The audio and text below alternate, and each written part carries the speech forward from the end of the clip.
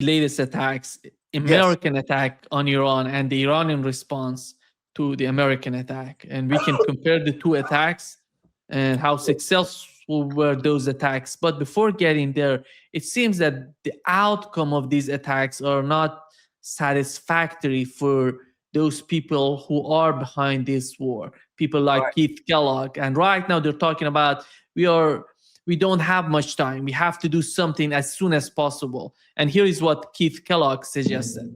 Mhm. Job. Having a protracted war is not the American way of war. It's a war we've been conditioned to in the last few decades, where we've done things in Afghanistan or Iraq. We ought to go back to the way we did it in like World War II or World War I, and we Pepe, let me bring another clip because here is the volume was not good. Doesn't matter because it's going to be by the same absolutely bloody idiot who doesn't having a know protracted war is not the American way of war. It's a war we've been conditioned to in the last few decades, where we've done things in Afghanistan or Iraq. We ought to go back to the way we did it in like World War II or World War I, and we just finish the job, total war, obliterate them, and say, when you need to come to the table and you want to talk to us, you got our phone number, but until then we're done. Because right now we're playing their game, not our game. Let's play our game and force them to come to us. Yeah, he basically, I think he's talking about the use of nuclear weapons when he says. And by the way, I'm sure many of you, our audience, know that Keith Kellogg is beyond imbecile, with zero war experience, for that matter. And by the way, he lost in Afghanistan and Iraq. So, shut the fuck up. But look, it fits into what's happened these past few days, Nima. Last week, there was a glimmer of hope that the Americans would start listening at least to the mediation efforts of the Pakistanis, to the proposal on the table by Iran, and at least we could have some sort of diplomatic understanding by War-a-Lago Washington combo. But this lasted only a few days. And this week, it's gone completely downhill. And now we are back on stage 2 of this war. Now it's full-time war, stage 2. And what this absolute idiot Kellogg said reflects what's in the mind of the baboon of Barbaria. He thinks that he can unleash total fury or mega fury or fury 2.0 or whatever, and Iran is going to fold and basically accept his diktat, not what's on the table, being discussed on the table, mediated by the Pakistani, but his imposition, which is essentially a capitulation of Iran. And he thinks he can achieve that with non-stop bombing every night. This is where we are now. The whole thing changed from last week to this week, and we have been following the story very, very closely. And okay, I can start talking about this now or maybe later during our conversation. It relates to our new channel on YouTube, where last week we broke back-to-back 2 world exclusives with exclusive information from the table by the Pakistani mediators. And it was very auspicious. The first one was very complicated. The Americans absolutely hated it because this was not supposed to be leaked. It was a phone call by President Pezeshkian to Pakistani Prime Minister Shehbaz Sharif, where he outlined the new, I would say, the new configuration of the talks according to Iran. Essentially that they were losing their patience with the Americans, procrastinating and changing what was being agreed by the mediators at the table. The next day or 2 days later, the Americans would change everything. So basically, Pezeshkian told Sharif, this was a phone call last week, early last week. He said, no more nuclear discussions. Because after all, this is what the Iranians have been saying for weeks. First, you end all wars against Iran, against the axis of resistance. Second, we discuss the Strait of Hormuz. And the third stage is to discuss the nuclear dossier. Number two, Pezeshkian telling Sharif once again, no discussions leading to what could be a new JCPOA. It's not the order of the procedure. We have to follow the order of the procedure. And number three, and this is what drove the Americans absolutely nuts, because this information ended up with Marco Rubio in Washington. Pezeshkian basically told Sharif that if the Americans keep going over the threshold and imposing their own red lines without discussing with us, after all, this is a mediation effort and it's theoretically a diplomatic conversation, we might entertain the notion of testing a nuclear device on Iranian soil as a means of affirming our deterrence. Very important, Nima. And I wrote about this, and in every podcast that I've been this past few days, the same thing. This is what Pezeshkian told Sharif. And it's true, because he was not denied by the highest levels of the Iranian government, even though they didn't like that this thing was leaked. In fact, it was leaked to our Pakistan connection, and then he told us. And then we questioned him and the source over and over again before we went live last week. And the source said, no, this is exactly what happened. I stand by it. And this comes straight from the table. And it comes with full support of the highest levels of the Pakistani government. So this is an immensely serious story. The thing is, what happened after this phone call?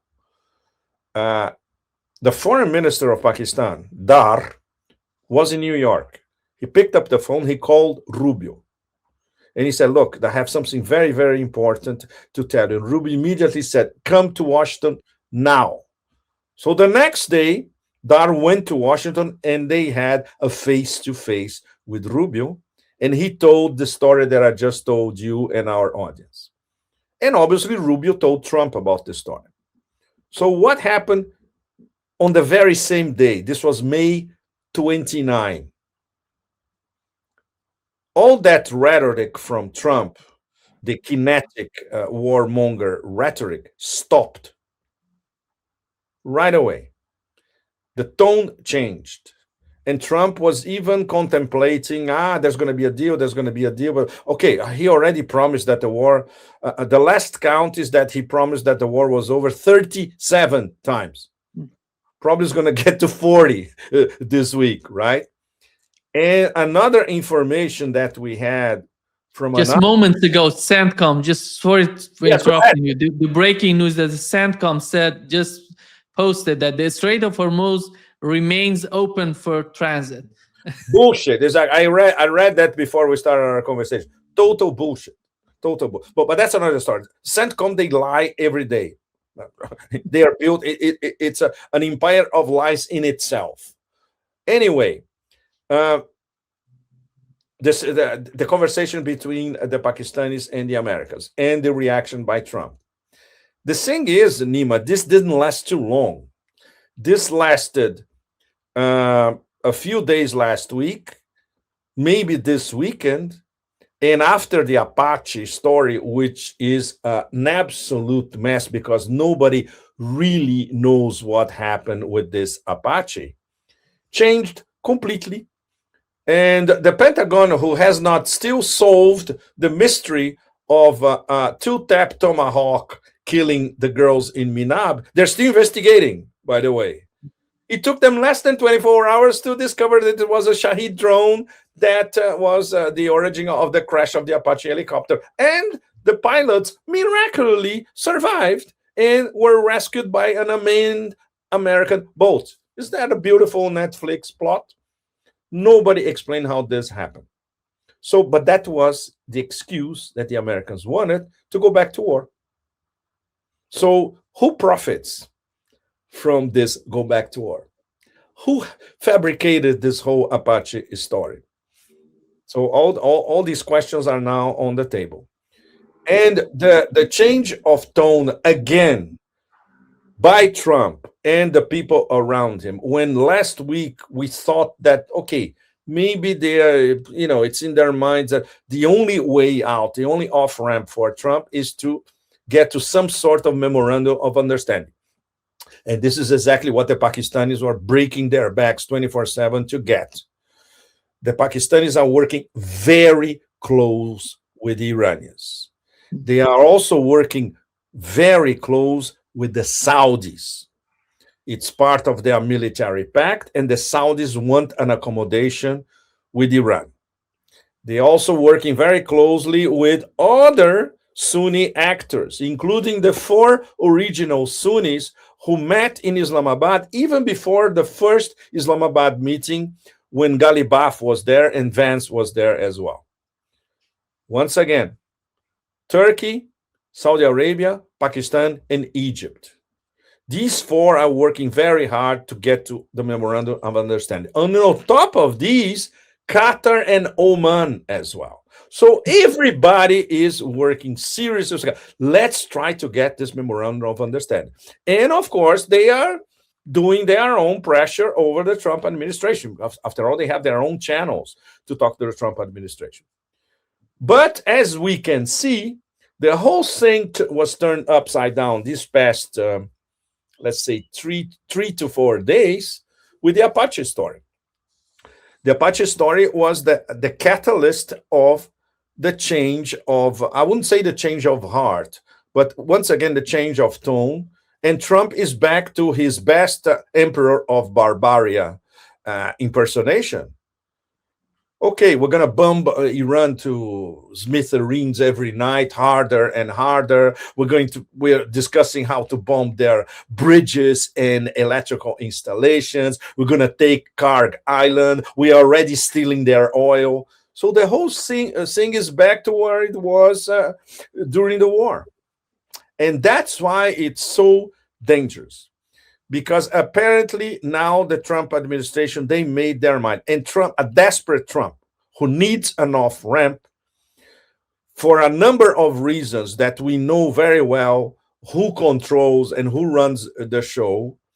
And of course, because of his totally unhinged mind, he actually believes, coming back to the beginning of our conversation, he actually believes that he can bomb Iran into submission.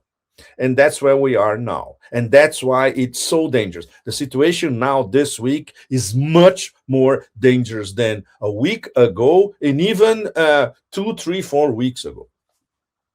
Yeah. I think the scale of attacks, somehow, looking at the way that the United States attacked Iran last night and the Iranian response, you see the two sides are reassessing each other, in my opinion. The United States, it's because at initial hours of the attack, initial minutes of the attack, you see Iran, instead of responding to the United States, they were attacking Erbil in the Iraqi Kurdistan. True. And the first targets were Erbil. Yeah. Later, the American bases. But when they attacked the American bases, Nima, this was pretty hardcore. And including for the first time direct attacks on Jordan. Jordan now is a legitimate target. That was not the case before. And the attacks in Kuwait were ultra hardcore as well.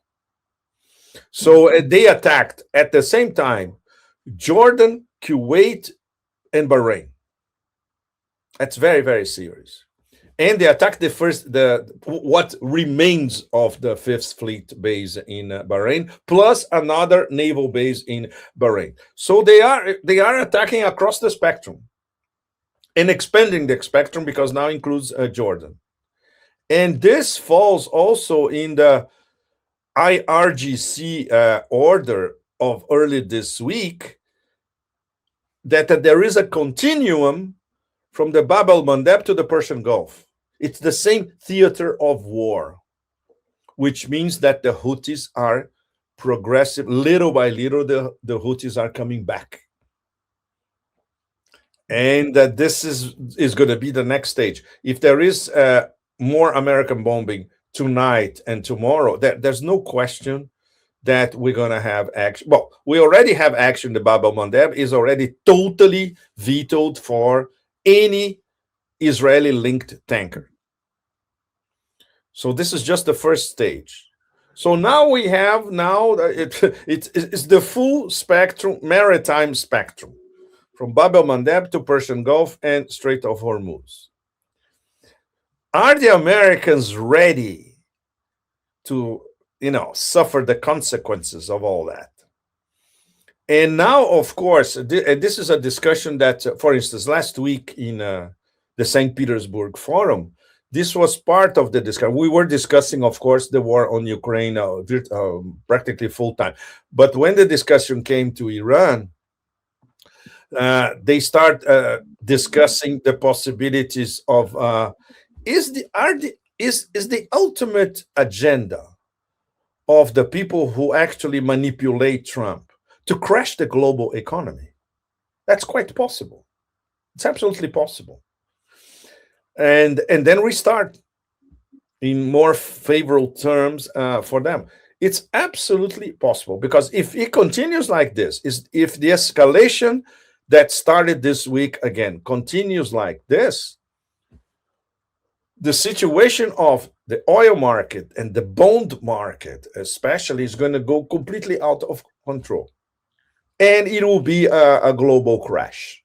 There's no question about that.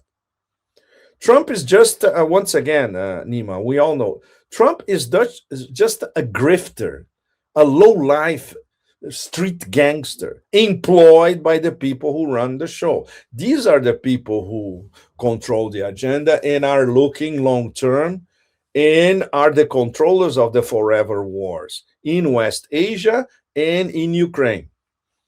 And at the same time, we are seeing that these two interconnected wars, they are both on an escalation ladder. The war against Russia by NATO, especially by MI6, is going up and up. And now there are no limits. There are attacks against Crimea practically every day. Black Sea, Crimea, over the Urals, you name it. Swarms of drones everywhere. Swarms of drones against Moscow. For instance, the day that I left Moscow, my flight to Istanbul in the middle of the night was delayed for 2 hours. Why? Because there was a threat of a swarm of drones over Vnukovo airport in Moscow. And this is something that is happening now every day. It's normal. And people are getting really, really pissed. Russians are starting to become very, very angry with all that. So obviously, the big guy, Minister of Defense, they're going to have to answer that. So escalation ladder in Ukraine, escalation ladder now in West Asia. It's all interconnected, and it's becoming more dangerous by the day. When we saw it only a few days ago, or maybe there are possibilities of accommodation. The Russians know that there less than zero probability of any sort of meaningful diplomatic discussion with Europeans. And they are working accordingly and planning accordingly. From the Iranian point of view, let's say that until two or 3 days ago, let's put it this way, they still believe that it was possible to have some sort of diplomatic understanding with the Americans. The Pakistani mediators, very, very important. They are, I would not say that they are losing their steam, but they have worked so hard to establish these connections, to do the back and forth between the Americans and the Iranians, to get everybody on their side, Saudis, Qataris, Omanis, Turkey, everybody. And now we are in the middle of the war again. So they work like hell for nothing. So obviously they start to have second thoughts and say, do you really want us to mediate? And mediate what? You don't even listen to us anymore. You are bombing Iran again. What kind of mediation we can do in the middle of, like, it's impossible. No, yesterday, while the United States decided to attack Iran, we had the Qatari delegation in Iran talking with Yes, Iranians, right. and they were there. Today morning, they left Iran. Exactly. The whole time that the United States was attacking Iran, they were in Iran. I thought that they left Iran before the attack. No, they were That in they, Iran. It's like they were in Tehran. Absolutely. So once again, there are no more limits to the dementia, literally, of the Emperor of Barbaria, of his Secretary of Forever Wars, which is a very dangerous clown, and the people who he listens to, which are what, 4 or 5 people, not more than that. And sound people with sound judgment, forget it. He doesn't even try to listen to them. And it gets more and more dangerous, Nima, because, of course, because he's not a strategist, the only thing that he sees is the quagmire that he put himself in, and he cannot extricate himself. That's why he start entertaining these notions. Okay, I'm going to bomb them to death, and they're going to come to me and beg for the latest lie, which was, I think, yesterday night, is that Iranian officials are now calling me directly and begging me to stop bombing Iran. Everybody, but 2-year-old know this is bullshit, and he sells this like a fact, you know. So that's why it's so dangerous. He's completely removed from reality, and there is not a single bloody idiot in his circle to get 5 minutes, Mr. President. This is the real situation. This is what the Iranians are doing. This is what the Iranians are announcing they're going to do if you restart the war against them. Nobody. And because he controls the news cycle all over the planet, he opens his mouth, he vociferates wherever he wants. So this goes all over the world, and it passes as truth when it's a Himalaya of lines day after day. Very, very, very, very dangerous. It's total alternative reality. Extremely dangerous.